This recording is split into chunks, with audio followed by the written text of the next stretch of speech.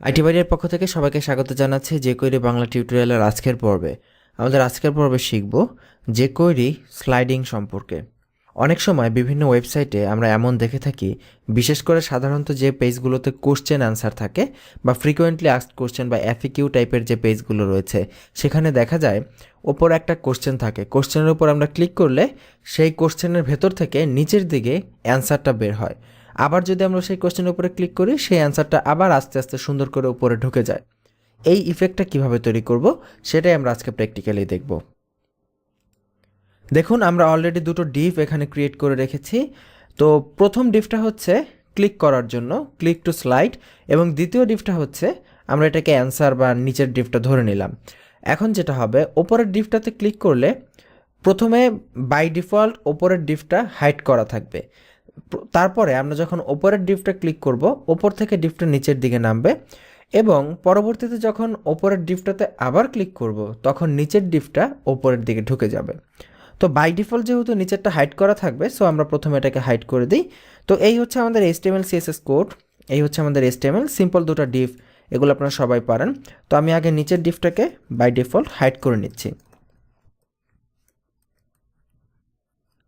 ওকে, এখন যেটা করব, আমরা ডিসপ্লে নাম দিয়েছি যে ডিভটার, সেই ডিভটা এইটার উপরে ক্লিক করলে ওপর থেকে নিচের দিকে কিভাবে স্লাইড হবে সেটাই আমরা দেখব। এটা করার জন্য আমাদের দেখুন, প্রথম ডিভটার আইডি হচ্ছে ফ্লিপ, যেটাকে আমরা অলরেডি jQueryতে আমরা লোকেশন দেখিয়ে দিয়েছি, আমরা সিলেক্ট করেছি, এবং ক্লিক ফাংশনে কাজ করবে যেহেতু আমরা ক্লিক করব। তো আমাদের এখন নিচের যেটা রয়েছে আইডি প্যানেল, সেটাকে আমরা এখান থেকে চুজ করব।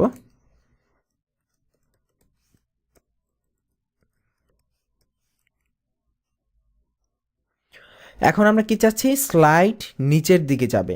তো স্লাইড নিচের দিকে যাওয়ার জন্য আমাদের এখানে স্লাইড ডাউন ব্যবহার করতে হবে। সেভ করে এবার রিফ্রেশ করি, এবার ক্লিক করে দেখি, দেখুন ওপর থেকে নিচের দিকে স্লাইড হচ্ছে কত চমৎকারভাবে। এখন আমরা যদি চাই বাই ডিফল্ট স্লাইডগুলো বের করা থাকবে, এরকম নিচের দিকে বের হবে না, আমরা চাই কেউ ক্লিক করলে উপরের দিকে উঠে যাবে, সেইটা করার জন্য স্লাইড ডাউনের পরিবর্তে আমরা সিম্পলি স্লাইড আপ করে দিব।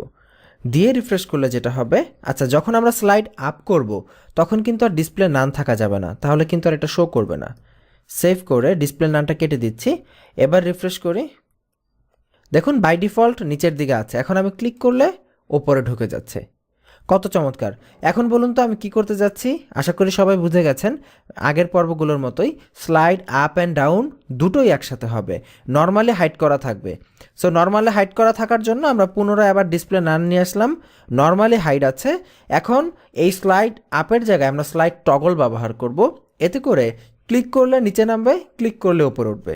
সো আমরা টগল ব্যবহার করলাম, রিফ্রেশ করলাম, সব কিছু ওকে, আমরা ক্লিক করি, দেখুন নিচে নেমে যাচ্ছে, আবার ক্লিক করি, উপরে উঠে যাচ্ছে, কত চমৎকার, তাই না? এখন আমরা চাইলে এখানে ঠিক আগের পর্বের মতোই আমরা এখানে টাইম দিয়ে ডিফাইন করে দিতে পারি কত সেকেন্ড টাইম নেবে। রিফ্রেশ করলে দেখবেন আস্তে আস্তে হচ্ছে, আবার ক্লিক করলে দেখবেন আবার আস্তে আস্তে চলে যাচ্ছে।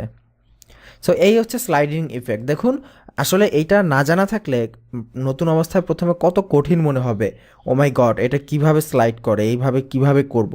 কিন্তু দেখেন jQueryতে মাত্র এক লাইনের কাজ, আর কিছুই না, শুধুমাত্র slide up, slide down and slide toggle, এটা দিয়েই আপনি এত চমৎকার একটা ইফেক্ট তৈরি করে ফেলতে পারেন। সো jQuery কিন্তু আসলেই খুব মজার একটা বিষয়। সো আশা করি বুঝতে পেরেছেন। আগামী পর্বের আমন্ত্রণ রইল, ভালো থাকবেন সবাই, আল্লাহ হাফিজ।